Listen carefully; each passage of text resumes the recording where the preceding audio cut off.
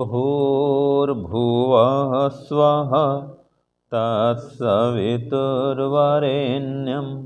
भर्गो देवस्य धीमहि धियो यो नः प्रचोदयात्। हे ईश्वर, हम यह पठन पाठन आपको प्राप्त करने और कराने के लिए साधन के रूप में करने जा रहे हैं। इस कर्म को और इसके कर्म फल को भी आपको अर्पित करते हैं। ओम शांति शांति शांति। सबको सादर नमस्ते जी। हमारा वेदांत दर्शन का पाठ चल रहा है, जिसमें हमने सूत्र संख्या 12 तक पढ़ा था। ठीक है ना जी। इसके बाद सूत्र 13 चलेगा हमारा। तो सूत्र 13 बोलिए, स्पष्टो ही एके शाम। तो ये सूत्र 13 हो गया। अब इसका प्रश्न लिखिए, क्या मुक्ति वाले जीव के साथ, क्या मुक्ति वाले जीव के साथ सूक्ष्म शरीर जाता है? प्रश्नवाचक। क्या मुक्ति वाले जीव के साथ सूक्ष्म शरीर जाता है? यह प्रश्न हुआ। हाँ, मुक्ति में जाने वाले, और ज़्यादा स्पष्ट हो जाएगा। मुक्ति वाले जीव को हो, चाहे मुक्ति में जाने वाले जीव को हो। मुक्ति में जाने वाले जीव के साथ, ये और स्पष्ट है। ठीक है। तो उत्तर लिखिए, एक शाखा वालों के मत में, स्पष्ट तो ही एक है ना, एक शाम, इसलिए एक शाम माने एक शाखा वाले के मत में। लिखिए, एक शाखा वालों के मत में स्पष्ट है कि, एक शाखा वालों के मत में स्पष्ट है कि मुक्ति वाले जीव के साथ, ब्रैकेट में मुक्ति में जाने वाले जीव के साथ सूक्ष्म शरीर नहीं जाता है। ठीक है। तो मुक्ति में जाने वाले जीव के साथ सूक्ष्म शरीर नहीं जाता है, तो ये स्पष्ट है। तो ये प्रमाण मिलता है बृहदारण्यक उपनिषद में। तो बाकी जो जीवात्मागण और शरीर में घूमते हैं, तो उनका तो देहांतर गमन होता है। कहाँ गमन होता है? देहांतर गमन। एक शरीर को छोड़ करके एक शरीर में जाते हैं। तो आत्मा जाता है, साथ में ये सूक्ष्म शरीर भी जाता है। लेकिन जो जीव चला गया मोक्ष में, वो तो मुक्त आत्मा बन गया, तो उसके शरीर तो टूट फूट जाते हैं और प्रकृति में लीन हो जाएंगे। जो मन इंद्रियां हैं, जो सूक्ष्म शरीर के अंग हैं, पार्ट हैं, कहें हिस्से हैं, ये सभी टूट फूट जाते हैं और कहाँ जाएंगे? प्रकृति में। और जीवात्मा अकेला चला जाता है। हाँ, उसके पास 24 शक्तियाँ होती हैं, तो इन 24 शक्तियों के साथ में जीवात्मा चला जाता है कहाँ? मोक्ष में। और उसके जो दोनों शरीर हैं वो खत्म, ये शरीर तो यही खत्म हो जाता है। देखते हैं हम, साक्षात नष्ट जल जाता है। और ये शरीर छूटते ही फिर जो वो शरीर शरीर वो भी खत्म हो जाता है। ठीक है, मूल प्रकृति में लीन हो जाता है। वो तो अलग हो जाएगा, छूट जाएगा वो तो। हाँ, 3 से चला जाता है, तीनों शरीर से जीवात्मा अलग हो जाता है। तो यहाँ पर खाली एक शरीर की बात है ना, यहाँ पर बात चली है सूक्ष्म शरीर की। ठीक है, वैसे तीनों शरीर से अलग हो जाता है वो। सूत्र 13 ये हो गया। सूत्र 14 बोलिए, स्मर्यते च। अब इसका प्रश्न लिखिए, बद्ध जीवात्मा, बद्ध जीवात्मा सूक्ष्म शरीर के साथ, बद्ध जीवात्मा सूक्ष्म शरीर के साथ अगली योनि में जाता है कि नहीं?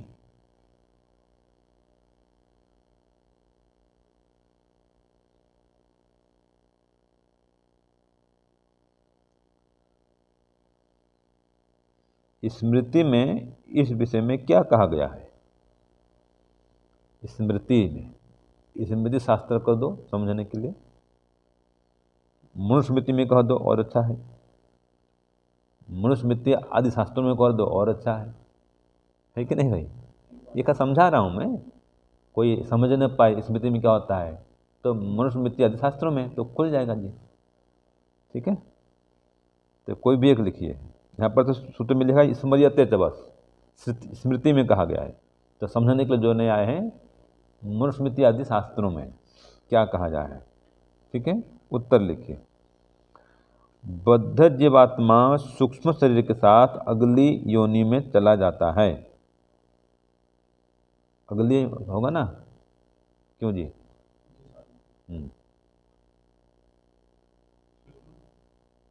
सूक्ष्म नहीं, बद्ध जीवात्मा लिखा ना, बद्ध जीवात्मा सूक्ष्म शरीर के साथ आगे की योनि, मतलब आगे की योनि में चला जाता है, परिवर्ती योनि में, भिन्न योनि में, अगली योनि में चला जाता है।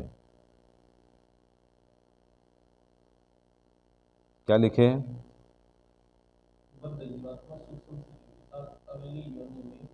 चला जाता है।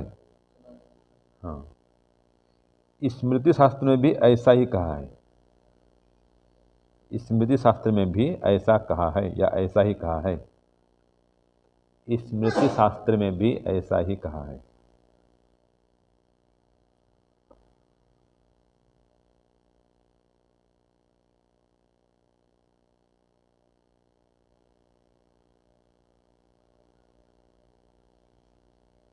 हो गया?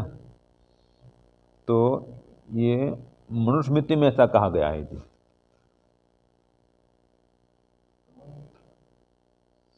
मनुस्मृति में लिख दो प्रमाण, मनुस्मृति 156, यदा अणुमात्रिको भूत्वा बीजम स्थानु तरिष्णुचा, ये प्रमाण है। समावेशते संतृष्ट तदा मूर्तिम विमुंचति, कि ये स्थूल शरीर को छोड़ देता है और नए शरीर के लिए वो चला जाता है। स्थानु आदि में कहीं भी जाना हो, देखो पेड़ पौधे के शरीर में जा सकता है जीवात्मा, जहाँ भी जाएगा कर्मानुसार जाएगा वो, तो पेड़ पौधा कुछ भी बने सूक्ष्म शरीर के साथ में वो जाता है, ऐसा मनुस्मृति में कहा गया है। सूत्र 14 हो गया। अब चलो सूत्र 15। सूत्र बोलिए। तानि परे तथा ही आह। सूत्र 15 हो गया। अब इसका प्रश्न लिखिए। मृत्यु के पश्चात जीव और सूक्ष्म शरीर, मृत्यु के पश्चात जीव और सूक्ष्म शरीर कहाँ पहुँच जाते हैं?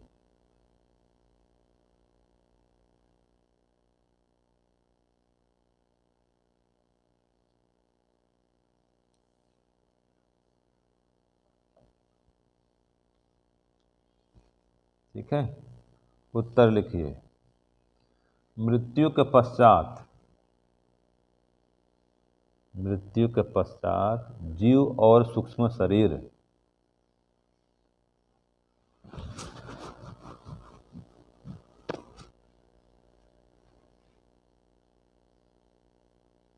मृत्यु के पश्चात जीव और सूक्ष्म शरीर ईश्वर के अधिकार में पहुंच जाते हैं,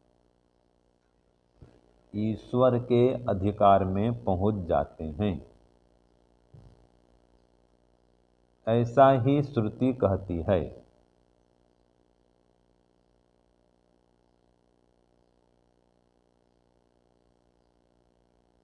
ऐसा ही श्रुति कहती है।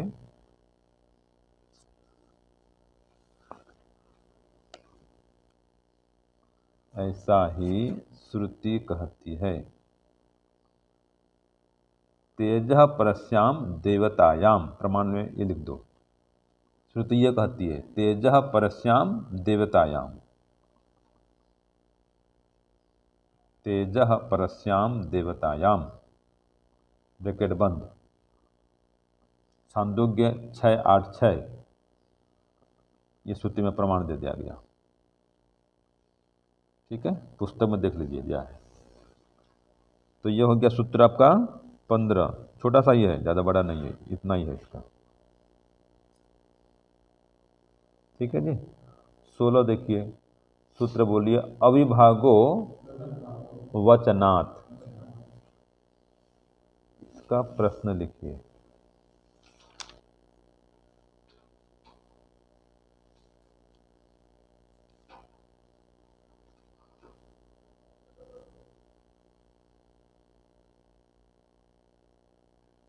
मरने वाले की इंद्रियों का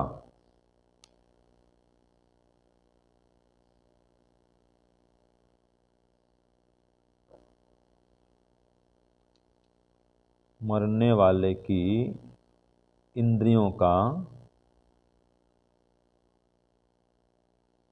परमात्मा में संगम कैसा होता है?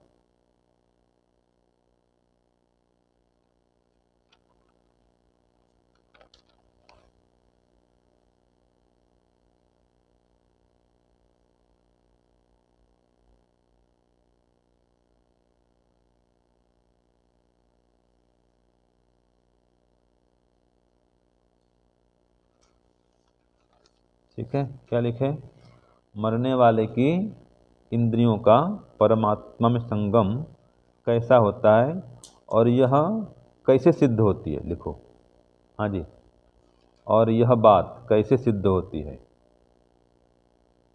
मरने वाले की इंद्रियों का परमात्मा में संगम कैसा होता है और यह बात कैसे सिद्ध होती है? किससे? यह बात किससे सिद्ध होती है? ज़्यादा स्पष्ट रहेगा। यह बात किससे सिद्ध होती है? ठीक है, उत्तर में लिखिए, उसको रिपीट करिए। मरने वाले की इंद्रियों का परमात्मा में संगम, यहाँ तक उतार दीजिए ऊपर से। मरने वाले की इंद्रियों का परमात्मा में संगम अविभाग जैसा होता है। कैसा होता है? अविभाग जैसा होता है। और यह वचन, यह बात और यह बात श्रुति वचन से सिद्ध होती है। यह बात श्रुति वचन से सिद्ध होती है।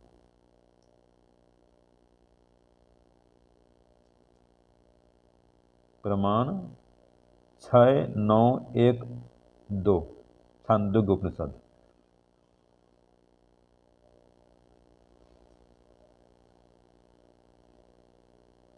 ठीक है, 6-9-1 और 2 दोनों में लिखा, देखो पुस्तक में दिया है, ये प्रमाण है। ठीक है, तो ये क्या प्रमाण दिया कि जैसे वो होता है ना जी, मधुमक्खी अनेक फूलों से रस लेती है और रस ले करके क्या बनाती है? शहद बनाती है।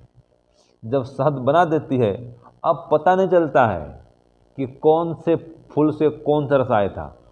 चलता है पता है क्या? सभी रस मिलकर क्या बन गए? अब शहद के रूप में आ गए। तो ऐसे ही जो मरने वाले की इंद्रियां हैं, ये भी जाके परमात्मा में अविभाग समान मिल जाती हैं। मतलब है तो अलग रहेंगी, इसलिए अविभाग जैसा कह दिया। ठीक है, वो तो कहाँ जाएंगे? नियम से, हाँ जी, मूल प्रकृति में लीन होंगी। लेकिन प्रकृति कहाँ है? परमात्मा में है। इसलिए कहा परमात्मा में संगम अविभाग जैसा होता है। ऐसा ये गौण कथन है। ये वस्तुतः कोई इंद्रिय जाकर परमात्मा से मिलेंगे, वो तो जीवात्मा भी नहीं मिलता जाकर के। मोक्ष में जाकर के जीवात्मा भी परमात्मा में नहीं घुसता है, नहीं मिलता है, दोनों अलग अलग रहते हैं। तो यहाँ पर तो इंद्रियों की बात है। तो जो व्यक्ति मर गया, मोक्ष में जा रहा है, मान लीजिए उसकी आत्मा है तो अलग हो जाती है, मोक्ष में जाएगा तो भी और शरीर में जाएगा तो भी। तो जो इंद्रियां हैं वे परमात्मा में अविभाग जैसा उनका मिलन होता है। मतलब इंद्रियों का मिलन ऐसा होता है, अविभाग जैसा होता है। वो तो अलग अलग रहते हैं, लेकिन ऐसे जो कह दिया ना जी, एक दृष्टांत ये दिया मधुमक्खी का, है तो अलग अलग और ये तो कोई भी दृष्टांत 100% अनुकूल नहीं होता है, ठीक है ना जी। हाँ, नहीं तो ये समझो कि सभी इंद्रियां जैसे मधुमक्खी मिलती हैं कहीं जाके मिल गई, ऐसा भी नहीं है। ये तो खाली एक समझाने का एक दृष्टांत मात्र है। हाँ, मधुमक्खी चेतन होती हैं वो तो, ठीक है, लेकिन ऐसा एक उदाहरण यहाँ पर दिया गया है। तो ये हो गया सूत्र आपका 16। चलिए, ओम शांति शांति शांति, सर्वेभ्यो नमः। सबको सादर नमस्ते।